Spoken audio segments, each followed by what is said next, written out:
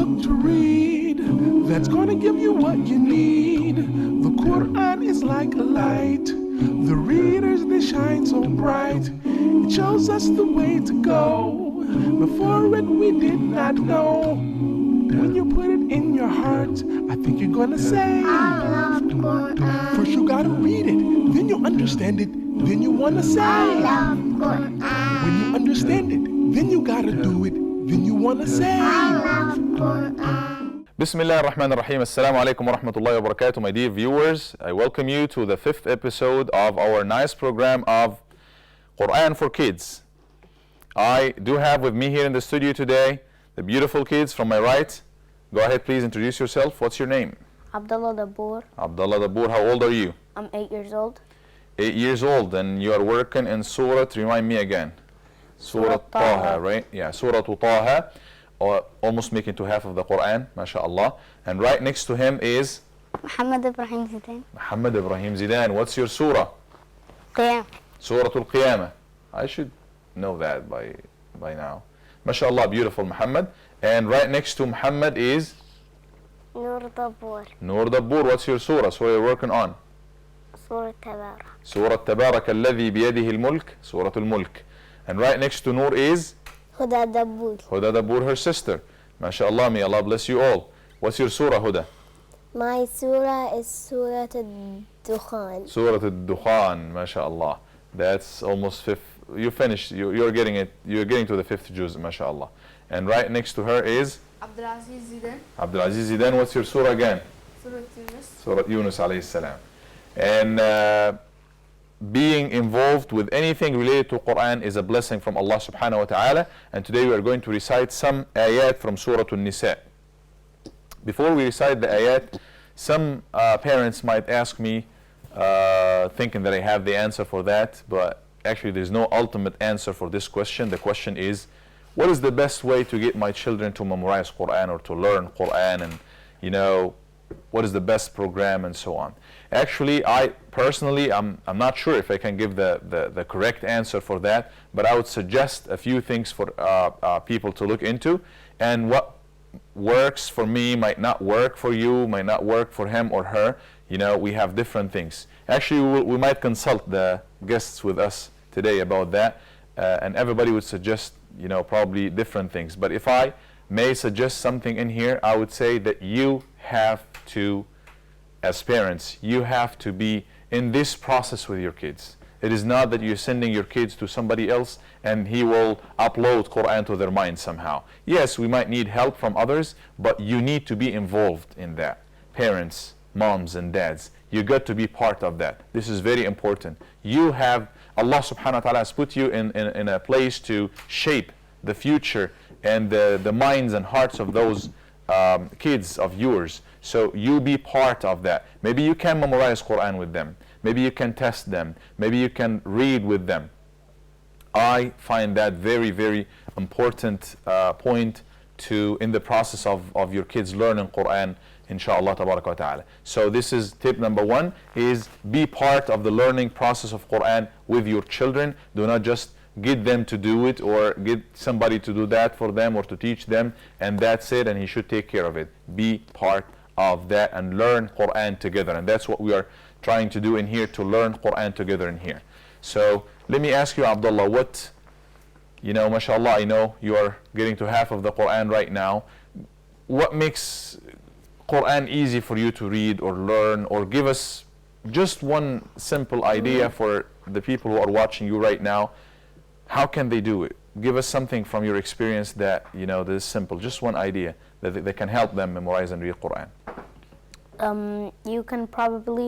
You can first ask them what do you like to have, and then to try and make them more active in it. Try reward them with whatever they said. Okay, so reward them. Do you like it when your parents or maybe your teachers reward you? Yes. Actually, everybody. Allah subhanahu wa ta'ala is promising a lot of reward for those who do Quran. So have the process of rewarding. Rewarding is not bribing. Is not bribing for the kids. Do that and I will give you $10. I give you £1 I give. No, it doesn't work this way. But when you see them achieving something, you got to, reward them. Give them something not necessarily that you like, that they like. Something that they like, and hopefully it will be a beneficial thing. Rewarding them. Muhammad, what would you suggest in the process of memorizing? What makes it easy for people?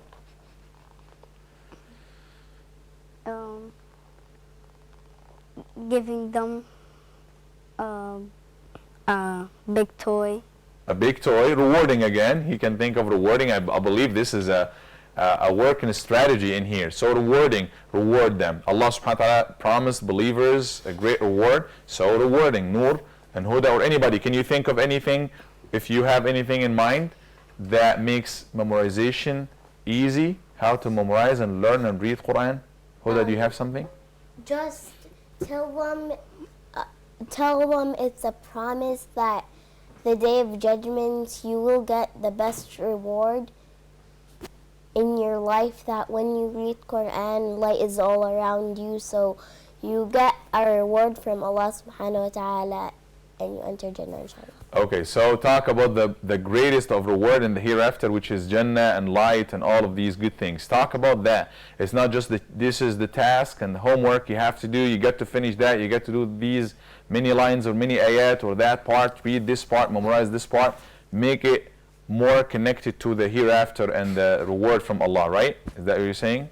Yeah, not Yes. just tell them you have to do that just for Allah. Got it. Tell them that something happens too. Something will happen. You will get something. So reward.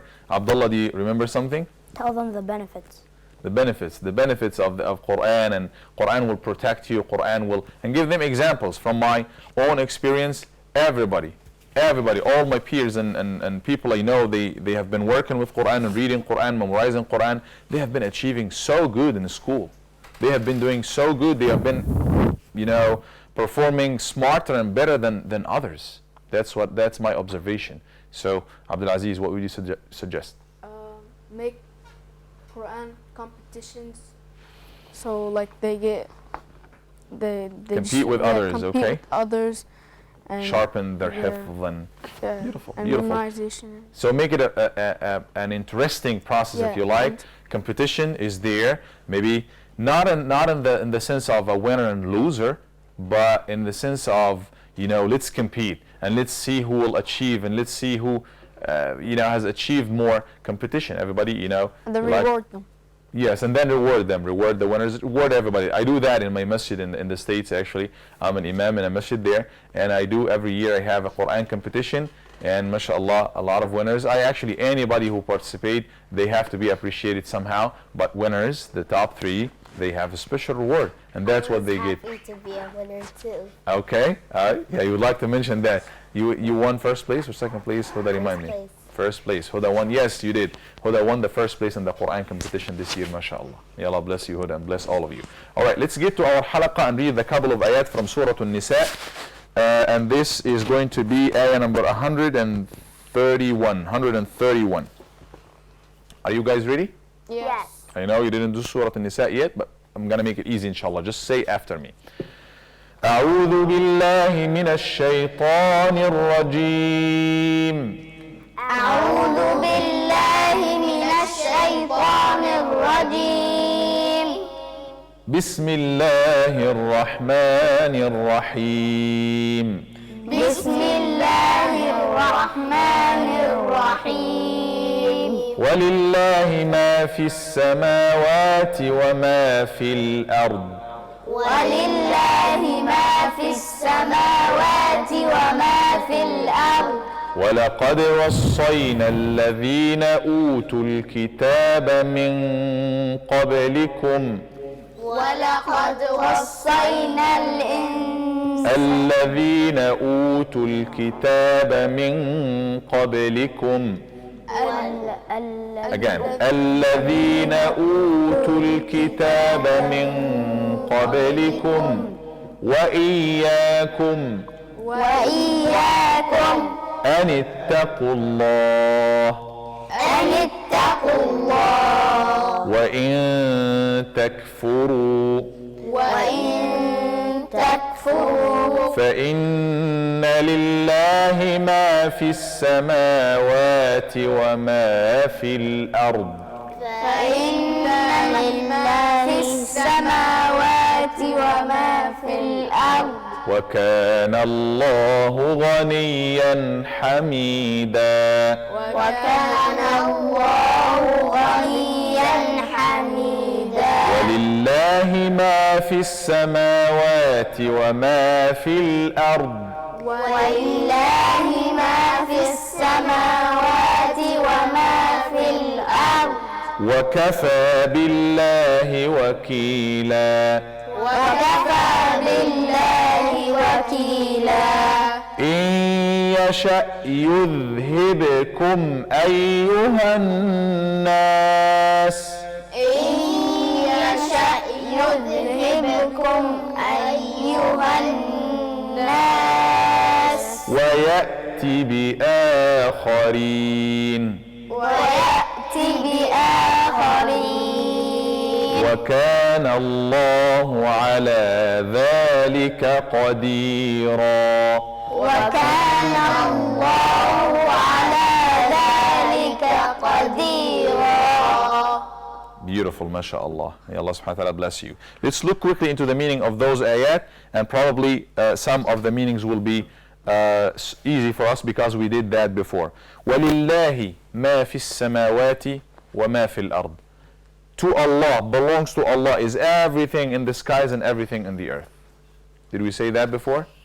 It is repeated in the Quran. Allah keeps repeating that for us. To Allah belongs everything in the sky and everything in the earth. Right, Noor? Yes. Everything in the sky belongs to Allah. Sometimes we forget that. That's why Allah is reminding us. In so many ayat, in Surah Al-Imran, in Surah An-Nisa, other surahs in the Quran, everything in the earth and the skies is Allah's. Right? Your life belongs to Allah, your body belongs to Allah, your eyesight, your eyes, food, everything, it belongs to Allah subhanahu wa ta'ala. Shaykh Abdullah. That's also what we did in Surah Al-Fatiha. Surah Al-Fatiha, right? So anything and everything belongs to Allah Azza wa Jalla. We need to remember that, and we need to learn that, and we need to know that all the time. Because sometimes we get that feeling of, it's mine, I get it, and we compete with one another, and we hurt one another, and we get into a lot of problems because of mine and his, and sometimes even brothers, they might fight because of that. Adults, big people, they fight. It's mine. No, it's mine. Big countries, they get into clashes. Why would we do that? We are coming and leaving. We are coming and leaving. And we will leave earth that belongs to Allah. It remains Allah's property. Right? Huda, what do you have to say? Everything belongs to Allah, as we know, but there's stuff like, but He gives us the stuff here for our life to be alive. Allah just created us to have a test and see if we will worship Him or not. That's right. That's right. I like that. So we are here in a test. Just watch your mic. We are here on a test, right? We are here. What Allah subhanahu wa ta'ala has given you is not going to remain with you forever. The beauty that you have is not going to be yours forever. Yes, you enjoy it, but use it the right way. Your intelligence, your money, your toys, share it with others. Your food, share it with others. Some people are in need for that food. It does not belong to you. You did not make the apple, did you? No. Did you make the apple? No. Did you make the cow? No. You didn't make any of these things. So eat and enjoy and worship Allah subhanahu wa ta'ala and share with others as well. Right? Because it belongs to Allah. See what Allah wants you, because it belongs to Him. Like right before we get to the halaqah, you had your phone, Muhammad, right? Abdul Aziz Amin. And Ahmed wants to play with the phone, right? He had to come to you and ask permission from whom? From you to play with it, right? And he is outside of the studio now enjoying it. Am I right? Yes. Yes. He has to ask his permission because it belongs to whom? Does it belong to Ahmed? No. It belongs to Abdul Aziz. It's his phone. So he has to ask permission from him. That's what we should do. If you want to do anything to anybody, you have to ask permission from Allah, or you have to see if Allah wants this. Allah doesn't want corruption, evil, bad things on earth. So don't do it. Because you are in the property of Allah. You are in the earth that belong to Allah subhanahu wa ta'ala. Allah doesn't want you to abuse your body, abuse others, abuse food, abuse anything. Allah wants you to do what? What's He mentioned in the Quran. To be good, to be kind, to help others, to believe in Allah, to pray, to be a good person. That's what Allah subhanahu wa ta'ala wants you to do. Why? Because everything belongs to Him and you need to go by His will, and that's what Allah says here in this ayah. وَلَقَدْ وَصَّيْنَا الَّذِينَ أُوتُوا الْكِتَابَ مِنْ قَبْلِكُمْ وَإِيَّاكُمْ أَنِ اتَّقُوا اللَّهَ. We have given the advice to everybody, to even to nations before you, to Christians, to Jews, to everybody, and including you as well, that you fear Allah and be conscious of Allah. Everything belongs to Him. Be conscious of Him. Okay, by this we come to the conclusion of this segment, and we see you next week. We're gonna go to a quick break and see you in the next segment. Stay tuned. If you're looking for a book to read that's gonna give you what you need, the Quran is like a light. The readers, they shine so bright. If you're looking for a book to read that's gonna give you what you need, the Quran is like a light. The readers, they shine so bright. Bismillah ar-Rahman ar-Rahim. Welcome back, my dear viewers, to the next part of our program, Quran for Kids. And we are looking into one ayah from Surah An-Nisa, a couple of ayat from Surah An-Nisa, ayah number 131 and 132. And last segment we said Allah subhanahu wa ta'ala is saying in this ayah, belongs to Him is the kingdom and everything in the skies and everything in the earth. It belongs to Allah. All the flowers, the plants, the humans, the animals, the oceans, the skies, the earth, everything is His. And again, last time we said, if we know that everything is His, we need to ask, when we need to ask something, we ask of Him because He owns that. Abdulaziz, do you have a question for me? Go ahead. Why did they? What's the point of? Why is it called Surah An-Nisa? Oh, why is this surah called Surah An-Nisa? Yeah, because Allah subhanahu wa ta'ala it mentions a lot of things that are related to women, some rules related to women, related to marriage and things like that that have to do with women. So Allah subhanahu wa ta'ala, this surah is called Surah An-Nisa because of that. But it doesn't mean that everything in this surah is talking about women and in Nisa, which means women. But Allah subhanahu wa ta'ala mentions many rules in this surah and many guidelines for women. That's why it's called women, right? And we have some other surahs that are named after some women figures like Maryam alayhi salam, the mother of Isa, Jesus, peace be upon him. We have one entire surah by this name in the Quran, right? Who knows Surah Maryam? Noor, do you know Surah Maryam? Okay, who knows Surah Maryam? Do you know it? Beautiful. So Allah subhanahu wa ta'ala mentioned, might name some surahs. Those surahs are named according to Surah An-Nur, right? Yeah, but it means light. It's not the name. It's not really the name, but it just means the light. Let's get back to the surah and look into the ayat very quickly. Allah subhanahu wa ta'ala says, وَلَقَدْ وَصَّيْنَا الَّذِينَ أُوتُوا الْكِتَابَ مِنْ قَبْلِكُمْ وَإِيَّاكُمْ أَنِ اتَّقُوا اللَّهِ. The advice that Allah subhanahu wa ta'ala has given to everybody before Muslims and to Muslims as well is to fear Allah subhanahu wa ta'ala and to worship Allah subhanahu wa ta'ala alone. وَإِن تَكْفُرُوا فَإِنَّ لِلَّهِ مَا فِي السَّمَاوَاتِ وَمَا فِي الْأَرْضِ. And if you reject that, if you don't want to take that, still everything belongs to Allah. So whether people believe in Allah or do not believe in Allah subhanahu wa ta'ala, everything still belongs to Allah subhanahu wa ta'ala. It does not benefit Allah subhanahu wa ta'ala anything if everybody becomes good. It does not hurt Allah nothing if everybody becomes bad. It is only for us. It is for me and you, right? If we are good, it's for us. We will win. We will live a good life, right, Noor? We will live a good life in here. We will live also, we will go to in the hereafter, we go to heaven and enjoy everything in there. So it's all for us. That's why Allah is giving us the advice that it's going to be for you. The advice is being given for you. And ittaqullah, that you fear Allah. You be conscious of Allah. Think of Him, because everything belongs to Him. وَكَانَ اللَّهُ غَنِيًّا حَمِيدًا. And Allah subhanahu wa ta'ala is always ghani. What's ghani? What is the meaning of ghani? Abdullah. Like he has a lot of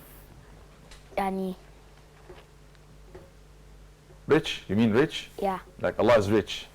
What is the meaning of ghani as well? Rich. Like he has a lot Powerful. of stuff, powerful, rich, right? Ghani is actually, this is one of the meanings of ghani, but the deeper meaning of it is he's in no need for anybody. Ghani, like I don't need anybody. Ghani is somebody who got a lot of money, rich person, got a lot of money, he doesn't need to, you know, take money from others or work for others or anything because he is ghani, he is rich, am I right? Yes. So if you are rich, you don't need others. Allah subhanahu wa ta'ala is ghani, self-sufficient. He doesn't need anybody. Why? Because everything is His. He's God. He's God. Everything is His. As-samawat wal-ard, and everything is His. We all need Him. He doesn't need anybody. Hamida. What is the meaning of Hamida? You remember the word Alhamd? Alhamdulillah. Hamida. What does it mean? What does it refer to, Abdullah? He Hamid, Hamd. What does it mean? Just give me this. he gives thanks. Thanks, giving thanks. Alhamd is to thank somebody, right?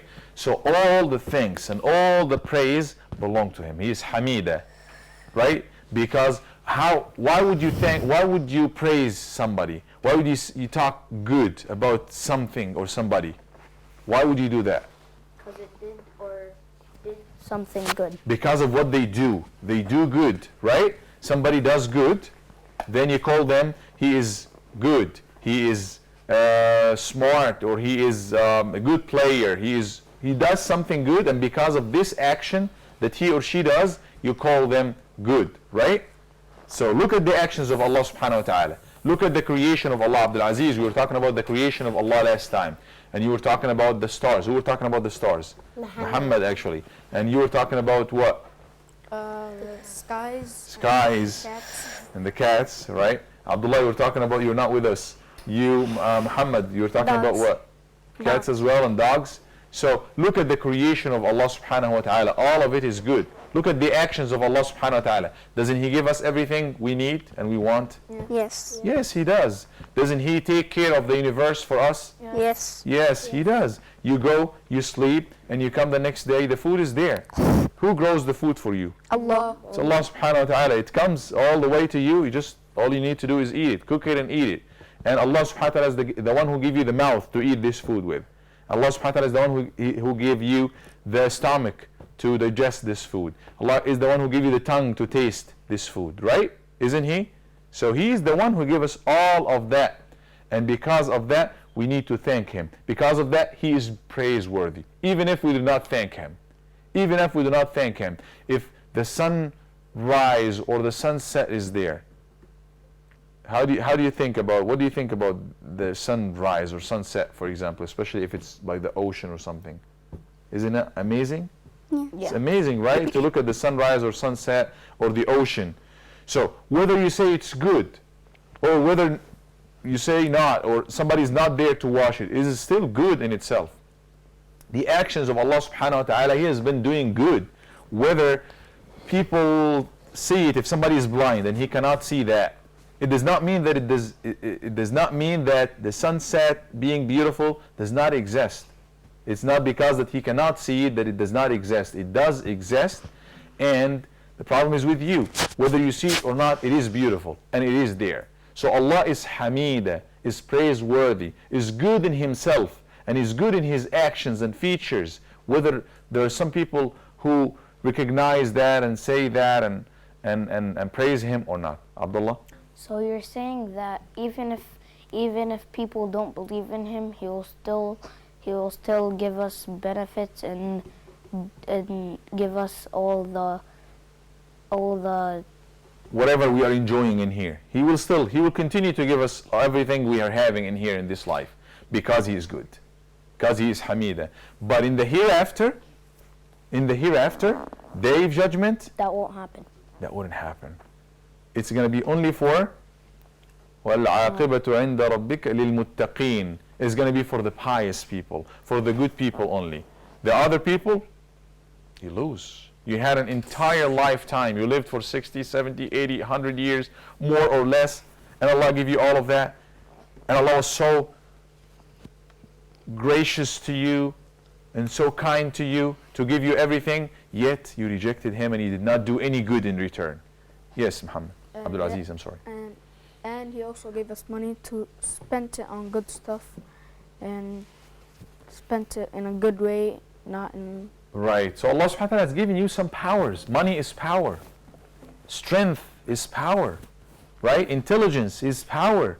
You can make technologies to develop bombs to kill humans and kill others, and you can develop some other technological things or devices to help and to cure and to treat. Right?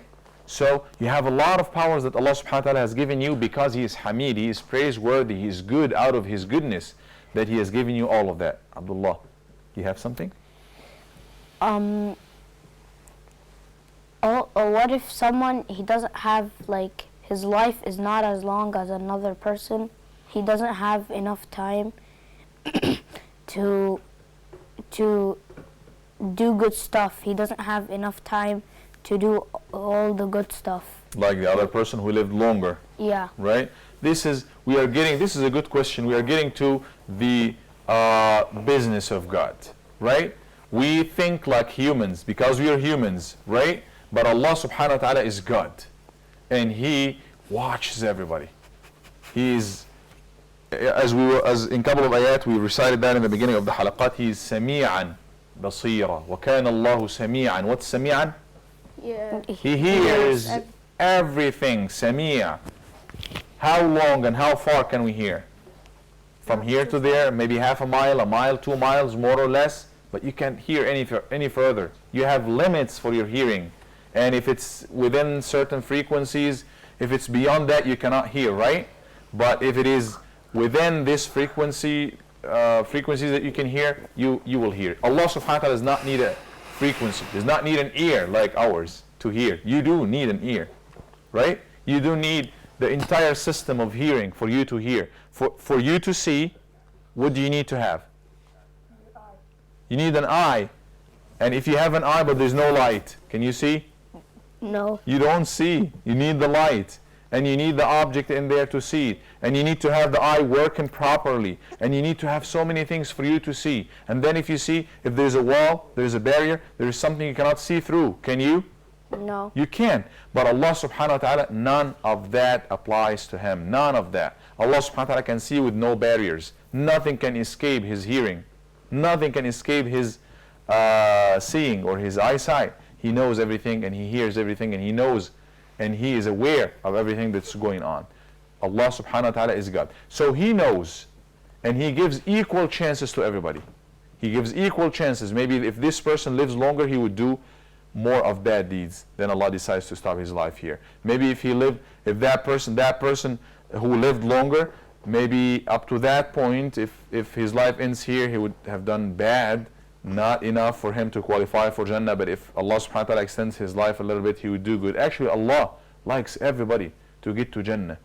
And He gives everybody equal opportunities, but we might look at it differently. But in the eyes of Allah, in the sight of Allah, everybody is equal, 100% equal. He gives them various things, but they are, at the end of the day, equal. Huda, you have been... I kind of know the answer of Abdullah. Allah knows some people are born when dead.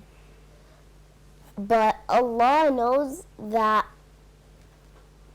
if that person who was born was going to be good or bad.